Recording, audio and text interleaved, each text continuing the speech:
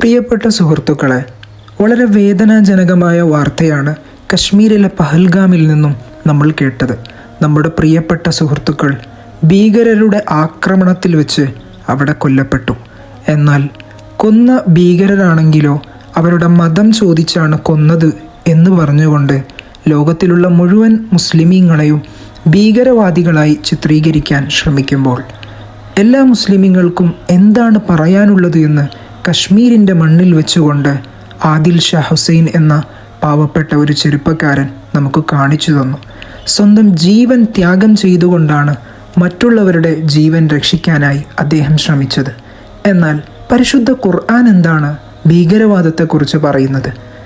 മൻ ഖതല നഫ്സൻ ബിഗൈരി നഫ്സിൻ ഔ ഫസാദിൻ ഫിൽ അർദ്, ഒരാൾ നിരപരാധിയായ ഒരു വ്യക്തിയെ കൊന്നുകളഞ്ഞാൽ ഫകഅന്നമാ ഖതല അന്നാസ ജമീഅൻ, അവൻ മുഴുവൻ മനുഷ്യരെയും കൊന്നതിന് തുല്യമാണ്. കൊല്ലപ്പെട്ടവൻ്റെ മതം ഹിന്ദുവായാലും ക്രിസ്ത്യനായാലും മുസ്ലിമായാലും അവൻ നിരപരാധിയാണെങ്കിൽ അവനെ കൊന്നത് ലോകത്തുള്ള മുഴുവൻ മനുഷ്യരെയും കൊല്ലുന്നതിന് സമാനമാണ്.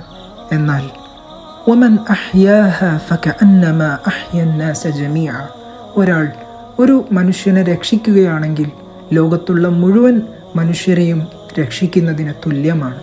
നമുക്കെപ്പോഴും മനുഷ്യത്വമാണ് വേണ്ടത്. തീവ്രവാദികൾക്ക് ഭീകരവാദികൾക്ക് ഇല്ലാത്തതും അത് തന്നെയാണ്. ഒരു മതത്തിലും ഭീകരവാദമോ തീവ്രവാദമോ ഇല്ല. ഭീകരവാദികൾക്ക് മതമോ മനുഷ്യത്വമോ ഇല്ല. ആ തീവ്രവാദികൾ നമ്മുടെ ഇന്ത്യ മഹാരാജ്യത്തോട് കാണിച്ച ഈ വലിയ ദ്രോഹത്തിന് നമ്മുടെ രാജ്യം അവരോട് പ്രതികാരം ചോദിക്കുക തന്നെ ചെയ്യും. ഇൻഷാ അള്ളാഹ് ആദിൽ ഷാ ഹുസൈൻ എന്ന ആ പ്രിയപ്പെട്ട സഹോദരന് അള്ളാഹു ഷഹീദിൻ്റെ പ്രതിഫലം നൽകി അനുഗ്രഹിക്കട്ടെ. അതുപോലെ ഈ ആക്രമണത്തിൽ വെച്ച് കൊല്ലപ്പെട്ട നമ്മുടെ സഹോദരങ്ങളായ മറ്റു മതസ്ഥരായ ആളുകൾ, അവരുടെ കുടുംബത്തിന് ഇത് ക്ഷമിക്കാനുള്ള ശക്തി അള്ളാഹു നൽകട്ടെ. അവരുടെ ഈ ദുഃഖത്തിൽ മുഴുവൻ മുസ്ലിമീങ്ങളും പങ്കുചേരുന്നു.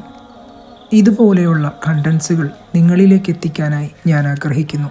അതുകൊണ്ട് ഈ ചാനൽ സബ്സ്ക്രൈബ് ചെയ്ത് എന്നെ നിങ്ങൾ സപ്പോർട്ട് ചെയ്യുക.